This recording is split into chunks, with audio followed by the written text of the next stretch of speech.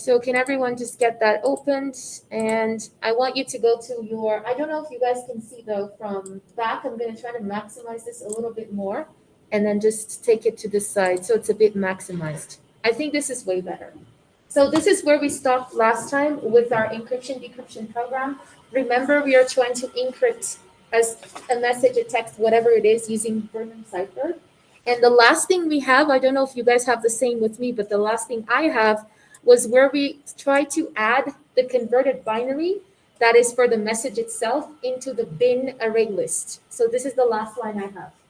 Do you guys have the same lines? Both Yeah. those? Okay.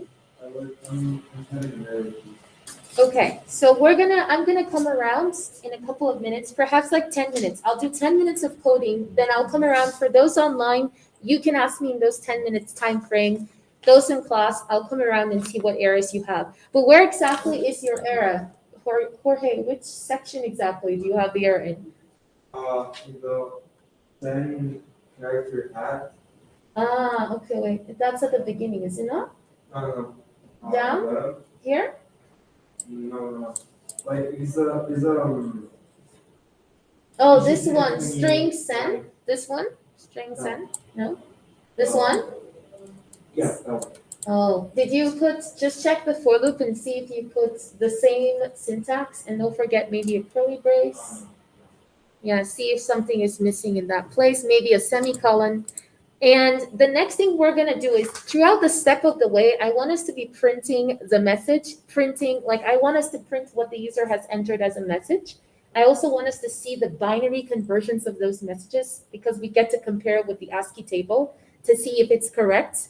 And then I want us to move on and convert that again back to ASCII and then convert that again back to text. And that will be the encrypted message. And then decryption. So the next thing we're going to do is I'm not sure if we created another string we're going to need. We're going to have to create another string. And this string is basically what we're going to do with it is we're going to get all of the binary values. That is the binary values of the message for each letter. We're going to get those binary values and we're going to store it as a string because it's going to be easier for us to use that to compare with the key so that we can use the XOR gate. I don't know if this makes sense, but as I go coding, I will explain. So we're going to create another variable, and this is going to be static string, and this is going to be z, or maybe let's do a small z. We can call it anything you want, but this is going to help us do a string kind of combination, getting all of the binary values of the message the user is going to enter, which will be converted to binary, but this time not getting it as a list, but instead getting it as a string. So we're going to use the static string z to do that. How we're going to do that is if we come down here, we are going to continue by saying z dot. So the static that we have defined, so z is equal, not dot. The bin, remember that bin is an array list dot get. And then we're going to do, in brackets, we're just going to say get what? Get I. I, because remember we have a for loop, and the for loop's job is basically here, what it's doing is it's going through every single option inside of your array list, because we have an array list, right? And the array list is the binary bin, which is called bin, the name of the array list. So this line of code, the z is the string that will be able to get all of those binary values from the array list in bin and then just keep them as a string. The reason we're doing that is because it's easier that way to compare with the binary that we will get of the key, so we can get that encrypted message where we say if x is 1 in the bin and then x is 0 in the key, that means 0 and 1 will give you what? 1, because we're using the XOR rule. So that's what we're trying to do here. Okay, so after that, what do we have next? I just want to indent this because the problem is I don't know why my key is like this. I'm going to have to save and close because I have this bulk big. Oh, I know why. Why do you think it is? I'm not really sure. Can you help me? Yeah, can you come and help? Yeah, I don't like that bulky key. Did I click on something for any reason? I think it's insert. What? Yeah, can you click on it? Yep. Oh, thank you. Thank you so much. You use that to substitute a character. Oh, yeah. Okay, thank you. I don't know why I had that, but thank you for helping me because I don't like that key at all. I wanted to do something here. I'm going to indent this. I want to indent all of these things that are going to be in the for loop just so I know it's in the for loop. That's all. Then close your for loop, come out of the for loop, which is here. And the next line of code is going to be to use a string builder. So the string builder is going to, remember that we got like this line of code Z is going to be getting the binary values as a whole string. Now what I want to do is I want to split, remember that we have to have 8 bits, right? For every single character in the ASCII table, everything is 8 bits, made up of 8 zeros and ones. So I want to get this string that we get the binary values from the bin array list. I want to split it into 8 because we have to split it into 8 parts so that we know what each letter or character is going to be because we're going to combine that with the key. So we need to use a string builder. So you have to come out of the for loop. So if you come out of this for loop, let's try to do something first. We're going to print the message in binary first so that we can get what the message is. So system.out.print ln, and we're gonna do message in binary so that we know what we're doing like every step of the way. Once we run the program, we understand better. And this is gonna be plus bin. So we're calling the bin array list. Remember that we have an array list and it's bin. So bin as in the binary array list. And then we're going to use a string builder. So to do a string builder, we have to make it static because we're going to make use of it. Or we can just leave it as it is. So the string builder is going to help us break down the binary into 8 because we need to get them into 8 bits. Some of them are going to be 6. You know why? Because if the user does my space, name space is, every space is like 1,000. 100,000, because it's made up of almost about 6 bits if you check the ASCII table. I'm going to show you guys in a few minutes. So we can't have 6 bits. We have to have everything as 8 bits. So that means we have to add the extra zeros in front of anything that is a space. Exactly. If it is a space, that's the only situation. Sometimes too, we have things like dash, like hyphen, or like a comma, and they're made up of like 7 bits. Again, in that situation, we have to add an extra 0 in front to make it at least 8. Everything should be 8, so it's easier to combine. And if I have more than 8? Usually you will not have with the ASCII table, because we're going to check that. Most of the time, all the characters are just every time an 8-bit. When they do combine, then you have more memory, because obviously you're sending a message, you're combining a message. So we just need everything to just be 8 bits. Okay, so let's check those so that we see. Can you guys go and roughly open up the ASCII table just so we have it opened? We can use it to compare the ASCII table online. We're going to use it to be comparing what we're doing. So I'm going to go with this one. I like to use rapid tables, but anyone use. So do you notice that every single thing in the ASCII table is all 8 bits?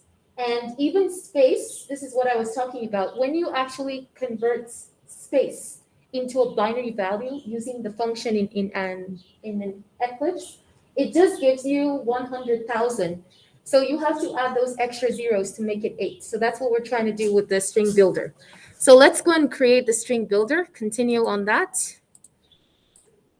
So here, we're going to continue. We're going to create a string builder. So remember how we create one, capital S, string buffer is the same as string builder. They both manipulate strings. So even if I call it a buffer, it does the same thing as a string builder.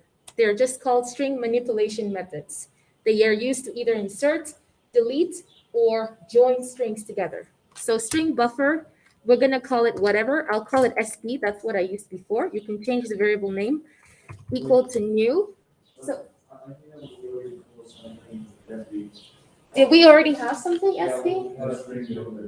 Oh, okay. So string builder is fine as an SB since its job was to join the strings in the first place, right? Where was that place? Let me see there. Here. So string buffer will just be to, again, even if we call it SB or you call it another thing, it will just be the same function as joining the strings. You can call it SB1. Yeah. You can call it SB1. The thing is, we're not going to use the same string builder. Do you know why? Because this object is only handling the keys. It's going to handle just the key. We don't want to collide with the message. So let's change the name. We can call it SP1. So string builder or string buffer, SP1 is equal to new string, again, buffer, and then close. So this object of string builder or buffer is just going to be handling the joining of the strings, but you split them into 8 bits, and then you add the zeros where necessary. So we're going to use a for loop, and this time we're going to use the for each loop. Do you guys remember the for each loop? The one that you just use to like go through the list, but you don't really use any index positions. There's no like 0 to anything. So we're going to create a for each loop that will go through that bin array list so that we can split those binaries into 8 bits each. And if anyone is not up to 8, we can add necessary zeros in front. So string s, and then this is the for each loop. Remember how we write the for each loop? It looks like this. S is just the variable. So string s is going to go through that bin array list, like every single binary value or bit in there.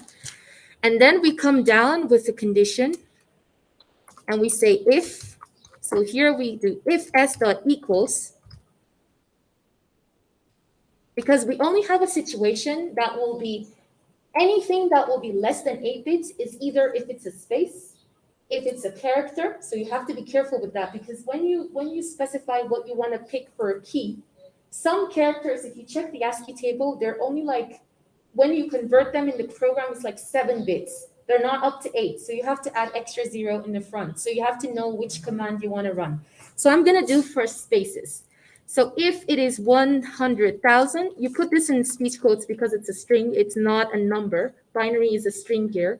So if it's 100,000, like that, that means I'm saying if the S, as it goes through the bin list, is 100,000, then I want it to do something. Then I want the string buffer, which is sp1.append. I want to add in front of this number, how many zeros should I add? Because it's only 100,000, so it's not up to 8 bits. So how many zeros can I add? Since it's a total of 6, I need to add 2 zeros, right? In the front. If you guys don't know what I'm saying, remember, if you go back to the ASCII table and you look for space, look at what space is. This is what space is in ASCII, in binary. But the problem is when you do it in the computer, in your compiler, it's just going to only give you the binary bit exact value. So it's just going to give you the 100,000, but it's not going to give you with the zeros. So because that's the exact binary bit value, but you're not going to find that useful because you need everything to be in 8 bits to compare. So you need to add the extra zeros in the front. Exactly. So that's where you put in the logic. So going back again, we're going to go and add the extra 2 zeros, which is a string. So that's why we can add, we can concatenate that. And then after that, we need to, no, it has to be at the beginning. Because remember, it is 0, 0 in ASCII, 0, 0, then 100,000. So, no, in this case, because it's a string buffer, it's not like when you're appending to an array list. That's a good question. Yes, it will append it to the beginning of the string. Yes, so that's a very good question. Because it's a string buffer, string builder, if you say append, unlike Python, when you say append in a list, it adds things to the end. Here, it's going to add it to the front of the string. It's going to append it in front. Okay, so the next thing we're going to do is after we append the zeros, then remember that we're trying to split, them into 8 bits. Then we continue with sp1.append. The next thing will be to append the s. Oh, this is where Gonzalo is asking the question. I'm going to answer his question in a few minutes. Wait. He's asking this question. Yes. So this is a more logical way to answer it. I'm going to finish it off and then I'll explain. So I'll explain what's going on here. Okay, so you guys can see, as you've asked, that if I did the append, then the zeros will go at the end, right? But do you see the formats in which I'm also doing the append? I'm first saying that what? Append this, right? First. Then I'm saying what? Append s. So what is the s? Remember, the s is the binary values that are going to be present in the bin array list. So which means even with the way I stated this, it means that these 2 zeros come first, and then the s, which is this variable that's going to be the binary numbers in the bin array list, will come after this. So there is a way of the formats. And then I said append empty string. Empty string means I want to give space. Why? After every 8 bits. 8 bits. Exactly. Smart boy. Every word. Well, no. Every letter. Exactly. Every letter, every character, every number, whatever the message is, it will basically always give a space after every 8 bits, making it easy for us to compare with the 8 bits that we get in the key, so we can get the encrypted message, and then we can decrypt it with the same key. So that's what we're doing here. Yeah, is it a bit okay? Okay, so we continue. If anybody has any questions in the middle, please ask. So we continue and we say, what about else? We said if the situation is that we get a binary of 100,000, that means 6 bits, then else we can come down. Remember that there are different ways to do this. So when you're doing your internal assessment, this is just a skeleton. When you understand it, you can actually change the conditions. You can do another condition and say, okay, if the length of the S, you can do the len function. If the length of the S is anything less than 8, or you can say it's equal to 6 to be more specific, because not all of them are 6, then you do that. So there are many ways you can manipulate the condition. So else, and then we continue down here. And the next thing we're going to do is if not, that means if it is not 8, or if it is not 100,000, that means 6, then we need to append an extra 0, because all of them are going to be 7 bits. All of them, all the conversions of all characters are going to be 7 when you run the program. So you have to add extra 0 in the front. So you do the same thing again, sb1.append, and this time you append just an extra 0. And then, so that makes it 8, because it will be the first thing you're appending, and then you do the next one, and then you append S again, because you're going to append just one extra 0, and finally you're going to give space. So you're giving 2 different situations. So when we finish the encryption part, we're going to check and see if it works. Yeah, we're going to encrypt the message, and then we'll go to the decryption part. Okay, so the last thing is, I just like the habit of everything we have gotten. Remember that this is going to be in a string buffer. So its job is to get the things, get the characters, which in this case is the binary, together. But of course with splits, remember that it's going to be together, but they're going to be split after every 8 bits.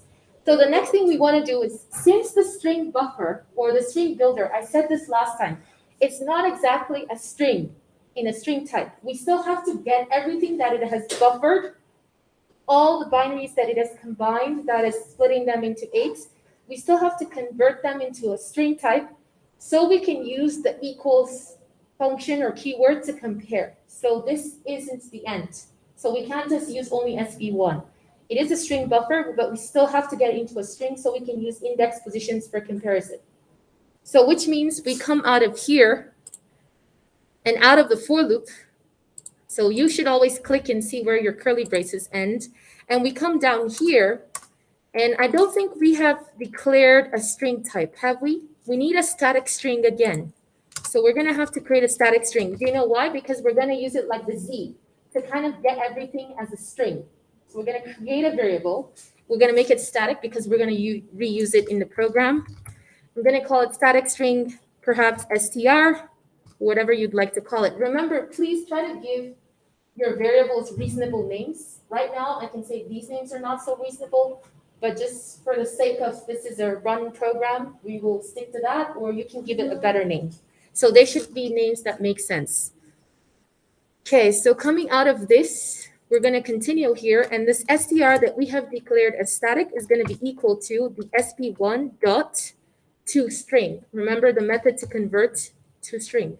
So the string buffer, which is going to contain all of those binary values, you're going to convert it to a string, and you can print the message just to see what's going on in this step.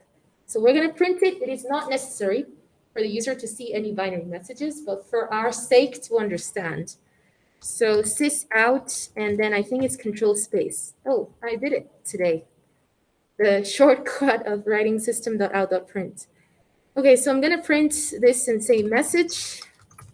I want to see the message that we have just made into a string, and I'm just going to do plus str. That's what we called it. And then I'll just come down and finish that. I don't need to do a length, but I would like to do a length to print the length of the string just to show you guys to make sure that the length of the message binary that you are getting should be the same length of your key. What does that mean? It means the message that you're entering, remember the Vernam cipher, it has to be the same length as the key. So if you're encrypting a message or you're getting the message in some sort of characters, the length should be equal to the key because that's how you're going to compare. If the lengths are not the same, then there's going to be a problem when you're comparing. You're going to go out of bounds. I don't know if you guys remember. Do you remember the rule of the Vernam cipher? Can I go back to that really quickly? Yeah. Yeah, I'm going to go back. You have to see the rule. If you go back to your classwork section and let's open Vernam cipher. Vernam cipher was exactly which part? Let me find it. Was it in internal assessment? No. Algorithm design. Yeah, here. Thank you, Jorge. It was this part, right? Algorithm, Java programming, object-oriented programming concepts. It's here. Java programming language syllabus, the first one. What's the rule about Vernam cipher? The length of the message should be the same length as the key. Why? Because if it's not the same length and you have something like hello, my name is whatever, and you just have a key of 5, then how are you going to be comparing the binary values to get the encrypted text? So this is why you have to make sure in this program, we're not putting a condition, but in your program, you have to make sure that when the user, if you're creating a system and you're saying the patients have to enter a complaint or the customers have to, make sure that you validate the length of how long the complaint should be.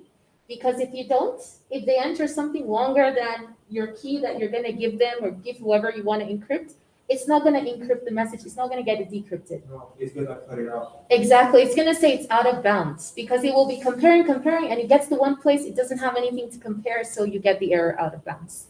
So this is why I said the lengths have to be the same. So we're going to see in our program if our lengths are the same. So go back to the program. We're going to do another print.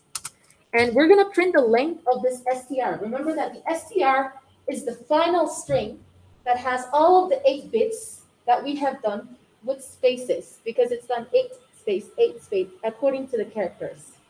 So here we'll do system out print, and we're going to write a message so that we know what it is. We're going to say message length. So when we run the program, we see it. And we're going to do str, but we have to use the length function. So str.length, so that it tells us what is the length of this message that we are, trying to encrypt. Okay, now comes the key. The next thing we need to do is the key part. The key part is the part that is very essential too, because the key is generating randomly every time the program is run. However, whenever a program is run, remember in your software, in your application, the key that you will generate, make sure you store it in the database. The reason is because you cannot generate a new key with a different message that you've encrypted. It has to be the same. So the encrypted message should be in your database. Next to it should be the key so that the person exactly, so that the person can use it. Yes, go ahead. Someone is raising their hand online. Yeah, it's me, Mitch. So let me see if I got this straight. You pretty much store the message and the key on a database so you can decrypt it later. Is that it? Yes, because when someone comes to log in, like an administrator in your program or system, and they're the one authorized, obviously they log in, so they're authorized personnel, but they might not be authorized to read a certain message or certain whatever is supposed to be in the system. So you need to send to them, or you need to display on the screen. Maybe you have a form, or you have just like a random screen that says your key is. So you need to call that key for that particular person or client that they have access to based on their login details, and you need to give it to them so that they can use that key to decrypt the message that they're supposed to see. So only people. Does that make any sense? Do you understand what I meant by that? But then I have another follow-up question to this. Go ahead. Encryption is pretty much to, let's say, protect something. So if we're storing this on a database, how can we guarantee that the database is not going to be accessed by anyone who shouldn't be accessing it? Because, I mean, everything's going to be stored there. Yeah, like everyone's keys and messages are going to be stored there. Good question. Good question. So one thing you could do, he has a very good question, is when someone logs in, which is an administrator, they get to see, like, for example, if it's a hospital, like what we're doing, Alanese, they get to see the table of the patient's, maybe just detail, just name, and then the message or follow of the patient's writing, that is the encrypted, that will be encrypted in that particular box or whatever it is. But maybe in that scenario, you don't put the key there as well. Like, you don't put the encrypted message and the key in that same table. You basically just have the encrypted message. And when they want to access a patient, for example, they put the name of the patient that they have like rights to be able to access. And then your program will give them the key for that patient. So they don't get to see keys of all the patients, only the one that they can access. And that is only based on if they're authorized. So you're going to be doing stuff like if admin ID is this, then, and then patient ID display should be this, and then key should be displayed, which is this. So that's pretty much how you can do it. So you don't have to put the keys all on one table, just the encrypted messages, but without keys, and just the patient's initial or even just the patient's ID, but necessarily used to only access the key that they're authorized to view. So there are many ways that you can do it just to make sure it's protected and only those authorized can access such information. Okay, does that make sense, Gabriel? Do you understand? Yes, miss. So Thank you. You're welcome. That's a very good question. So do you guys understand in the sense that don't give access of the keys immediately, just only based on ID or validation? Okay, the next thing is the key. So we're going to create the key now. To do the key, we already have the method. You guys remember that we have a method here, right? This method is supposed to generate a key. Now we're going to create the object of the class so we can call the key. So this is going to happen. We'll create a variable, and perhaps we'll call this user access. And this variable, we're going to use it to call the method. So the method, remember, is the one we have at the top that generates the key. So this is equal to the name of our class. Remember, the name of our class is, my class is called encryption decryption. You can just go up and copy paste it to avoid any errors. So go to the top. Yeah, here, where you have your class name, just copy this and then come down back here and paste it, because you have to put the name of your class dot the name of the method of the generating key. So my key generation method is called keygen, right? So this is the one that you need. Copy that as well, come down here and just paste it in front. And that's it. And now close your column.